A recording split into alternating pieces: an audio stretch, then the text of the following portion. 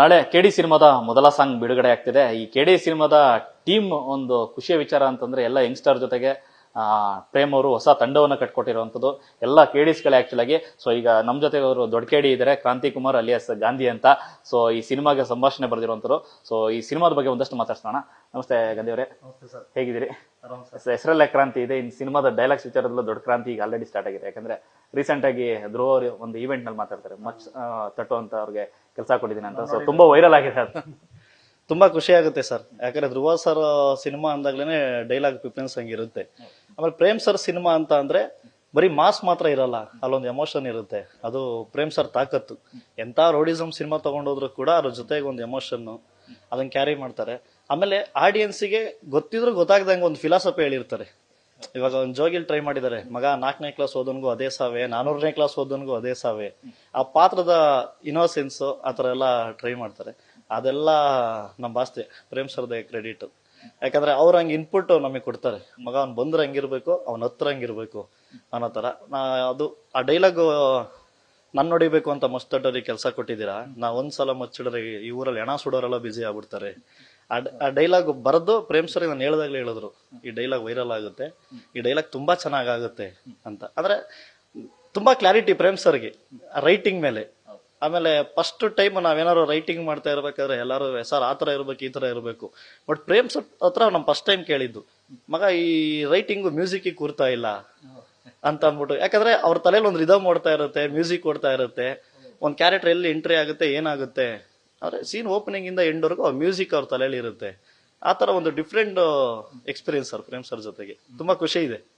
ಬರವಣಿಗೆಯ ಜವಾಬ್ದಾರಿ ಅಂತಂದ್ರೆ ಅವರ ಸಿನಿಮಾಗಳಲ್ಲಿ ಮೇಜರ್ ಹೈಲೈಟ್ ಅಂದ್ರೆ ಒಂದು ಸಾಂಗ್ ಜೊತೆಗೆ ಡೈಲಾಗ್ಸ್ಗಳು. ಯಾಕಂದ್ರೆ ಇಲ್ಲಿ ತನಕ ಜೋಗಿ ಸಿನಿಮಾ ಆಗ್ಲಿ, ಕೆರಿಯ ಸಿನಿಮಾ ಆಗ್ಲಿ, ಎಷ್ಟೇ ಸಿನಿಮಾಗಳು ನೋಡ್ಕೊಂಡ್ ಬಂದಿದ್ರು, ಯಾವ್ದಾದ್ರು ಒಂದು ಪದನೋ ಡೈಲಾಗ್ಗಳು ಕೇಳಿದ್ರೆ ಇದು ಅದೇ ಸಿನಿಮಾ ಅಂತ ಹೇಳೋಷ್ಟು ತಾಕತ್ ಆ ಸಿನಿಮಾಗಳಲ್ಲಿ ಅವರ ಸಿನಿಮಾ ಡೈಲಾಗ್ಸ್ ಅಲ್ಲಿ ಇರುತ್ತೆ. ಸೊ ಅಂತ ಜವಾಬ್ದಾರಿ ನಿಮಗ್ ಕೊಟ್ಟಿರೋಂಥದ್ದು ಹೇಗ್ ಸಿಗ್ತದ ಅದು? ಸರ್ ಅದು ವೇಕೆನ್ಸಿ ಇತ್ತು ಸರ್ ಪ್ರೇಮ್ ಸರ್ ಹತ್ರ.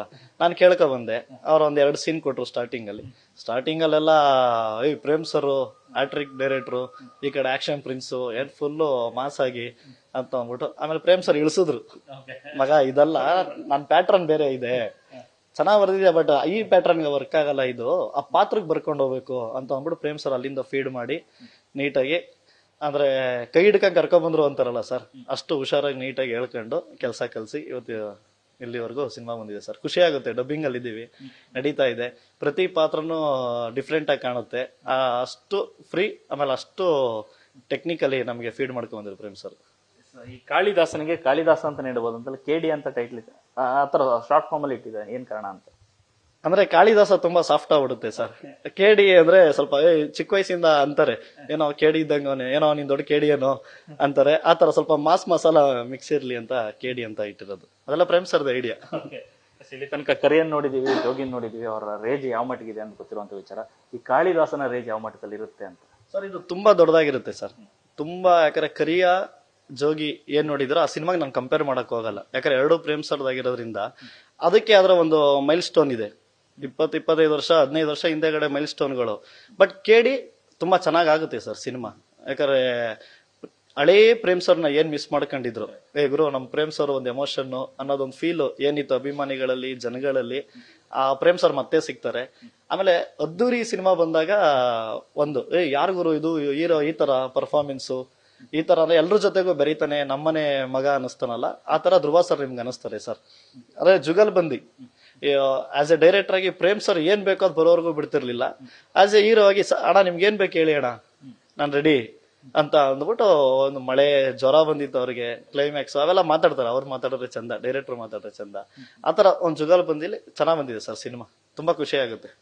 ಇನ್ನು ಈ ವಿಂಟೇಜ್ ಕತೆ ಅಂತ ಬರೋದಾದ್ರೆ, ಪ್ರೇಮ್ ಅವರ ಡೈರೆಕ್ಷನ್ ಯಾವ್ದು ಕೂಡ ವಿಂಟೇಜ್ ಸಿನಿಮಾಗಳು ಬಂದಿಲ್ಲ. ಒಂದು ಬಿಟ್ಸ್ ಬಂದಿದೆ, ಸಾಂಗ್ ಆಗ್ಲಿ ಏನೋ ಕತೆ ಆಗ್ಲಿ ಬರುತ್ತೆ. ಸೊ ಔಟ್ ಅಂಡ್ ಔಟ್ ಈ ತರ ಪೀರಿಯಡಿಕ್ ಸಿನಿಮಾಗಳನ್ನು ಮಾಡಿರ್ಲಿಲ್ಲ. ಸೊ ಯಾವ ಮಟ್ಟಿಗಿನ ವರ್ಕ್ ಆಗಿದೆ, ಎಷ್ಟು ರಿಸರ್ಚ್ ಆಗಿದೆ ಈ ಸಿನಿಮಾಗೋಸ್ಕರ ಅಂತ?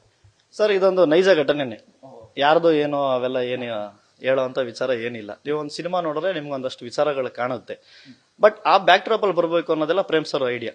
ಯಾಕಂದ್ರೆ ನಾನು ಸ್ಟೋರಿ ಸ್ಕ್ರೀನ್ ಪ್ಲೇ ಎಲ್ಲ ಆಲ್ರೆಡಿ ಫೈನಲ್ ಆದ್ಮೇಲೆ ನನ್ನ ಟೀಮಿಗೆ ಜಾಯ್ನ್ ಆಗಿದೆ. ಆದ್ಮೇಲೆ ಸಣ್ಣ ಪುಟ್ಟ ಚೇಂಜ್ಗಳಾಗಿರುತ್ತೆ.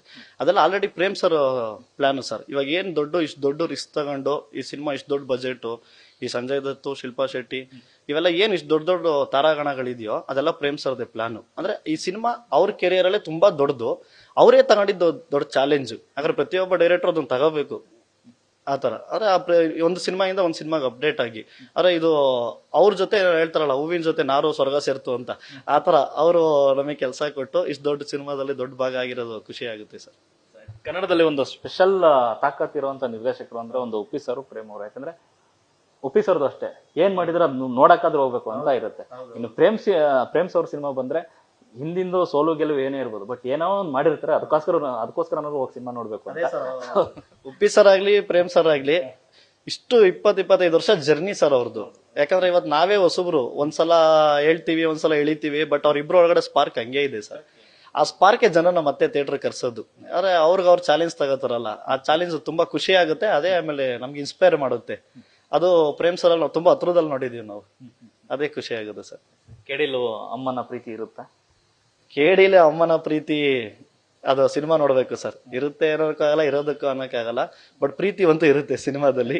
ಆ ಪ್ರೀತಿ ಯಾರ ಮೇಲೆ ಇರುತ್ತೆ, ಎಷ್ಟಿರುತ್ತೆ, ಏನಿರುತ್ತೆ, ಆ ಎಮೋಷನ್ಸ್ ಇದ್ದೇ ಇರುತ್ತೆ ಸರ್. ಎಮೋಷನ್ ಅಂದ್ರೇನೆ ಪ್ರೇಮ್ ಸರ್, ಪ್ರೇಮ್ ಸರ್ ಅಂದ್ರೇನೆ ಎಮೋಷನ್.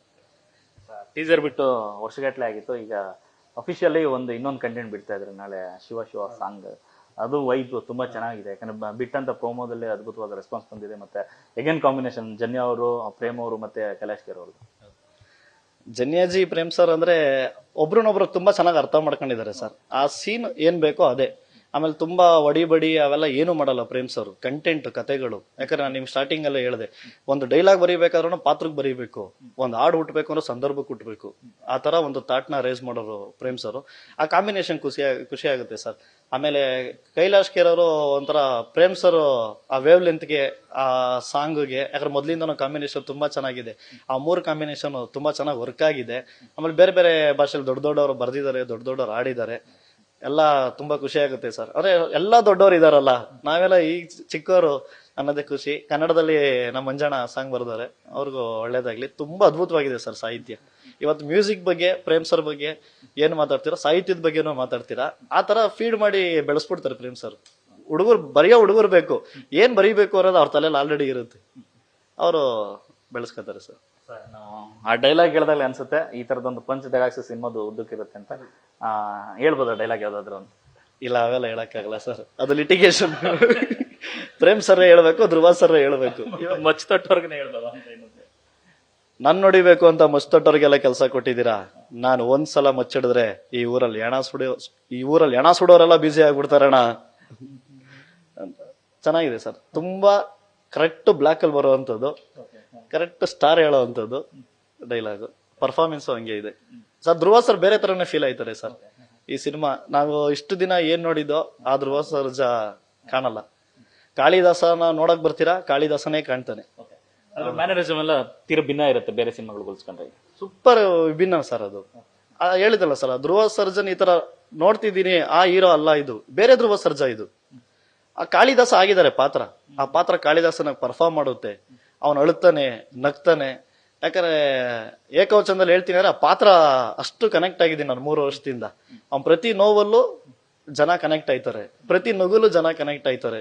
ಏನ್ ಗುರು ಇವನು ಅನ್ನೋದ್ರಿಂದ ಹಿಡಿದು ಏನಪ್ಪ ಇವನು ಈ ತರ ಲೈಫ್ ಹೋಗ್ಬಾರ್ದು ಅನ್ನೋವರೆಗೂ ಅವನು ಪಾತ್ರ ಚೆನ್ನಾಗಿದೆ ಸರ್. ಧ್ರುವ ಸರ್ ಸೂಪರ್ ಪರ್ಫಾರ್ಮ್ ಮಾಡಿದ್ದಾರೆ. ಹೇಳದ್ನಲ್ಲ, ಇವಾಗ ಒಂದು ಕಾಂಬಿನೇಷನ್ ಮಾತಾಡ್ತಾರೆ ಸರ್. ಇವಾಗ ದರ್ಶನ್ ಸರ್, ಪ್ರೇಮ್ ಸರ್ ಅಂತ ಒಂದು ಕಾಂಬಿನೇಷನ್ ಮಾತಾಡ್ತಾರೆ. Prem sir Sudeep sir, Prem sir Shivanna ಅಂತ ಒಂದು ಕಾಂಬಿನೇಷನ್ ಮಾತಾಡ್ತಾರೆ. ಆ ತರ ಪ್ರೇಮ್ ಸರ್ ಧ್ರುವ ಸರ್ ಅಂತ ಮಾತಾಡುವಂತ ಒಂದು ಕಾಂಬಿನೇಷನ್ ಇದು, ಸ್ಟಾರ್ ಕಾಂಬಿನೇಷನ್. ಮತ್ತೊಂದು ಸ್ಪೆಷಲ್ ಯೋಚನೆ ಅಂತಂದ್ರೆ ಈ ಕಡೆ ರಮೇಶ್ ಅವ್ರಿಗೂ ಮತ್ತೆ ರವಿ ಸರ್ಗೂ ಮಚ್ ಕೊಟ್ಟಿರುವಂತದ್ದು. ಅದು ಪಾತ್ರ ಸರ್. ಅದು ಮಚ್ಚು ಅನ್ನೋ ಕ್ಲಾರಿಟಿನ ಪ್ರೇಮ್ ಸರ್ ಕೊಟ್ಟಿಲ್ಲ, ನಾನು ಕೊಡಲ್ಲ. ಅದು ಸಿನಿಮಾದಲ್ಲೇ ನೋಡ್ಬೇಕು. ಬಟ್ ಎಲ್ಲರೂ ಕಾಡ್ತಾರೆ ಸರ್, ಯಾರು ಆತರ ಏನಿಲ್ಲ. ಆಮೇಲೆ ರೀಶ್ಮ ಅವರು ತುಂಬಾ ಚೆನ್ನಾಗಿ ಮಾಡಿದ್ದಾರೆ, ಯಶ್ ಶೆಟ್ಟಿ ಅವರು ತುಂಬಾ ಚೆನ್ನಾಗಿ ಮಾಡಿದ್ದಾರೆ. ಇನ್ನು ಬೇರೆ ಬೇರೆ ಪಾತ್ರಗಳಿದೆ, ಮುಂದಿನ ದಿನದಲ್ಲಿ ಪ್ರೇಮ್ ಸರ್ ರಿವೀಲ್ ಮಾಡ್ಕೊಂಡು ಹೋಗ್ತಾರೆ. ಕೊನೆಯದಾಗಿ ನಾಳೆ ಮೊದಲ ಹಾಡು ರಿಲೀಸ್ ಆಗ್ತಾ ಇದೆ. ಸೊ ಕನ್ನಡ ಸಿನಿಮಾ ಪ್ರೇಕ್ಷಕರಿಗೆ, ಅದು ಪ್ರೇಮ್ ಅವರ ಸಿನಿಮಾ ಹಾಡುಗಳ ರಸಿಕರಿಗೆ ಏನ್ ಹೇಳಕ್ ಇಷ್ಟಪಡ್ತೀರ? ಎಲ್ಲ ಕಾಯ್ತಾ ಇದ್ರಿ, ನಾನು ಡೈಲಾಗ್ ರೈಟರ್ ಆದ್ರೂ ಕೂಡ ಬಟ್ ನನಗೆ ಆಡಿಯನ್ಸ್ ಎಲ್ಲ ಕೇಳ್ತಾ ಇದ್ದಿದ್ದು ಒಂದೇ, ಗುರು ಪ್ರೇಮ್ ಸರ್ ಸಾಂಗ್ ಯಾವಾಗ, ಪ್ರೇಮ್ ಸರ್ ಸಾಂಗ್ ಯಾವಾಗ. ಈ ಧ್ರುವ ಸರ್ ಫ್ಯಾನ್ ಪೇಜ್ ಅಲ್ಲಾದ್ರೂ ಅಷ್ಟೇ, ಪ್ರೇಮ್ ಸರ್ ಫ್ಯಾನ್ ಪೇಜ್ ಅಲ್ಲಾದ್ರೂ ಅಷ್ಟೇ ನನಗೆ ಮೆಸೇಜ್ ಮಾಡೋರು ಈ ವಾಟ್ಸಪ್ ಇನ್ಸ್ಟಾದೆಲ್ಲ ಮೆಸೇಜ್ ಮಾಡಿದಾಗ ಸಾಂಗ್ ಯಾವಾಗ ರಿಲೀಸು ಅಂತಂದ್ರೆ ಸಾಂಗ್ ನನ್ಗೇನೆ ಕೇಳ್ತೀರಾ ಡೈಲಾಗ್ ಕೇಳಿ ಅಂತ. ಇಲ್ಲ ಸರ್ ಅವ್ರದ್ದು ಸಾಂಗೇ ಸರ್ ಫಸ್ಟ್ ಬರೋದು ಅಂತ ಅಂದ್ಬಿಟ್ಟು. ಟೀಸರ್ ಅಲ್ಲ, ಟ್ರೈಲರ್ ಅಲ್ಲ, ಫಸ್ಟ್ ಸಾಂಗ್ ಬರ್ತಾ ಇದೆ. ಆ ಟೀಸರ್ ಟ್ರೈಲರ್ ಒಂದು ಸಿನಿಮಾ ಕಾಣಿಸುವಾಗ ಏನೊಂದು ಹಬ್ಬ ಇರುತ್ತೋ ಆ ಸಾಂಗಿಗೆ ಆತರ ಒಂದು ಹಬ್ಬ ಶುರುವಾಗಿದೆ. ಅದು ತುಂಬಾ ಖುಷಿ ಕೊಡುತ್ತೆ ಸರ್. ಅದು ಪ್ರೇಮ್ ಸರ್ ಅಷ್ಟೇ. Thank you so much. Yes, ಇದಿಷ್ಟು ಕ್ರಾಂತಿ ಕುಮಾರ್ ಅವರ ಮತ್ತು ಕ್ಯಾಮ್ರಾ ಪರ್ಸನ್ ಶ್ಯಾಮ್ ಜೊತೆ ಲೋಕಸ್ ನ್ಯೂಸ್ ಫಸ್ಟ್ ಬೆಂಗಳೂರು.